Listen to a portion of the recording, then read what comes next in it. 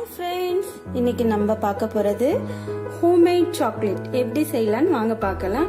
அதுக்கு தேவையான பொருட்கள் unsalted butter, cocoa powder, milk powder, sugar, water. அதுக்கு ஒரு நான்ஸ்டிக் பேன் வச்சுட்டு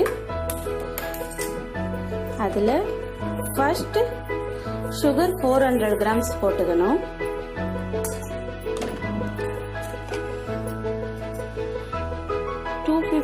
ml வாட்டர் ஆட் பண்ணிக்கணும்.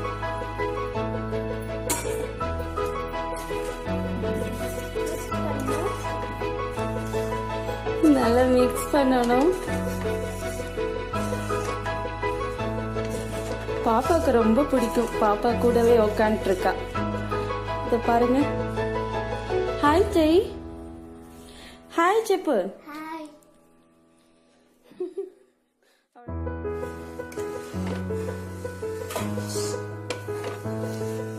இது கம்பி பதம் வரணும். அதுக்குள்ள நம்ம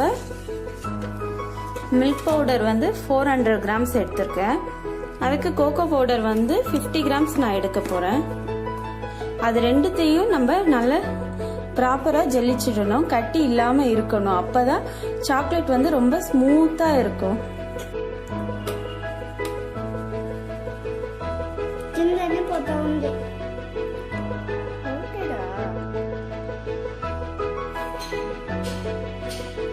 மில்க் பவுடரும் கோகோ பவுடரும் ஜெல்லிச்சாச்சு. இப்ப நல்லா மிக்ஸ் பண்ணி விட்டுடணும்.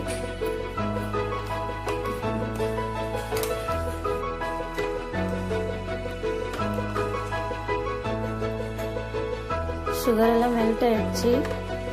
கம்பி பதம் வந்த உடனே பட்டர் நம்ம ஆட் பண்ணிடணும். சுகர் நல்லா கொதிச்சு வர ஆரம்பிச்சிச்சு. கம்பி பதமும் வந்தாச்சு. இப்ப நம்ம பட்டர் ஆட் பண்ணிக்கணும்.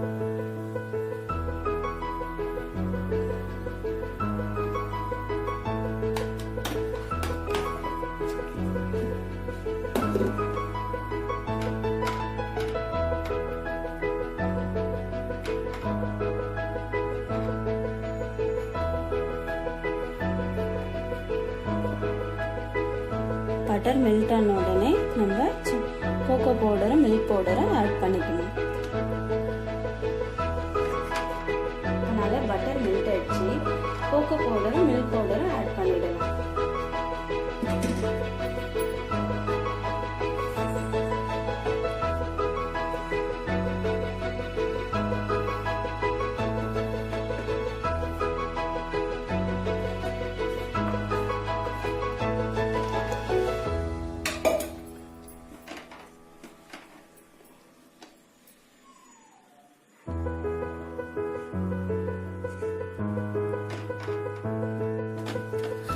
நல்லா மிக்ஸ் பண்ணி விட்டுடுங்க.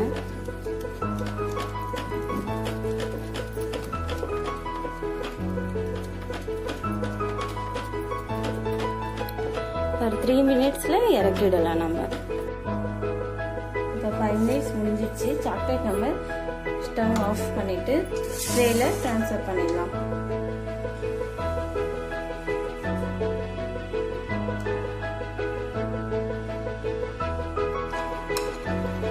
சாக்லேட் செஞ்ச பேனை வந்து அப்படியே நம்ம வாஷ் பண்ண போடாம அதுல சாக்லேட் எல்லாம் கொஞ்சம் ஒட்டிட்டு இருக்கும்.